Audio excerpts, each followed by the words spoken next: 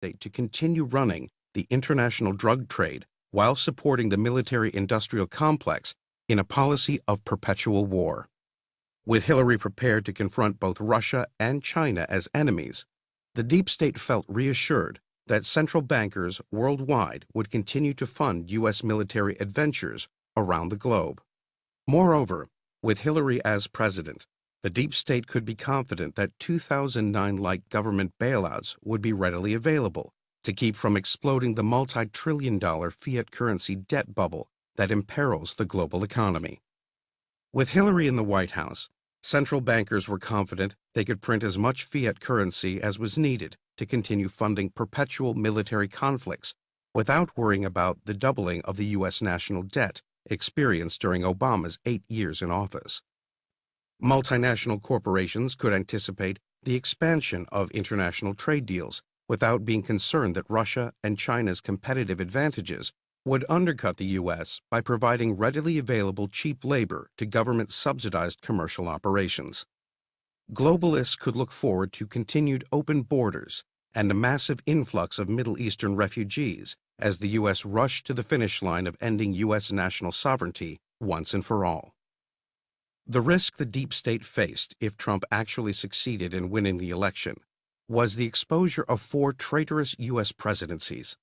George H.W. Bush, along with Bill Clinton, George W. Bush, and Barack Obama, engineered such criminal travesties as the invasion of Iraq, a fast and furious gun-running to the Mexican drug cartels, more illegal gun-running to Libya and Syria, as well as a plan to support the Muslim Brotherhood's penetration of the top levels of the U.S. national security apparatus, including the White House, the National Security Council, and numerous intelligence agencies, including the CIA.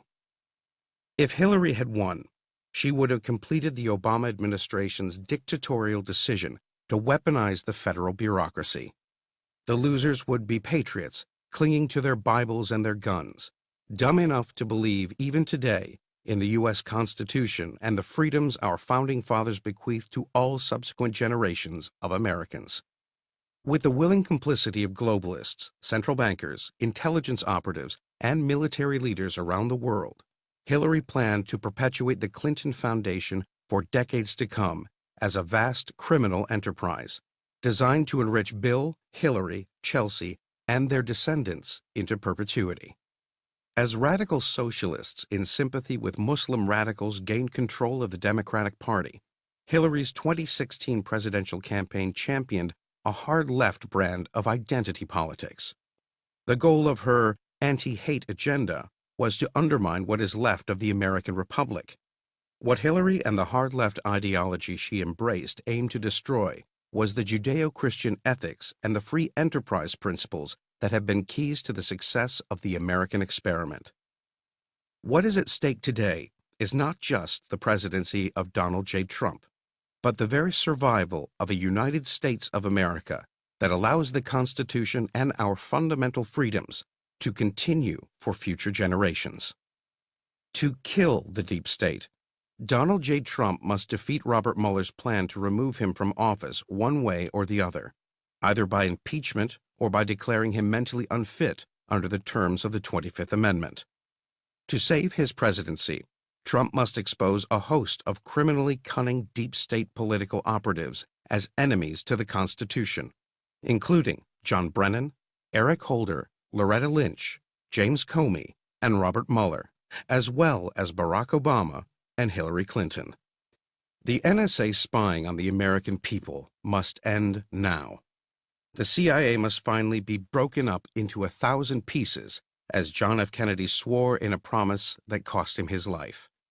Trump must not delay in draining the swamp at the FBI, the DOJ, and the IRS, in addition to the CIA.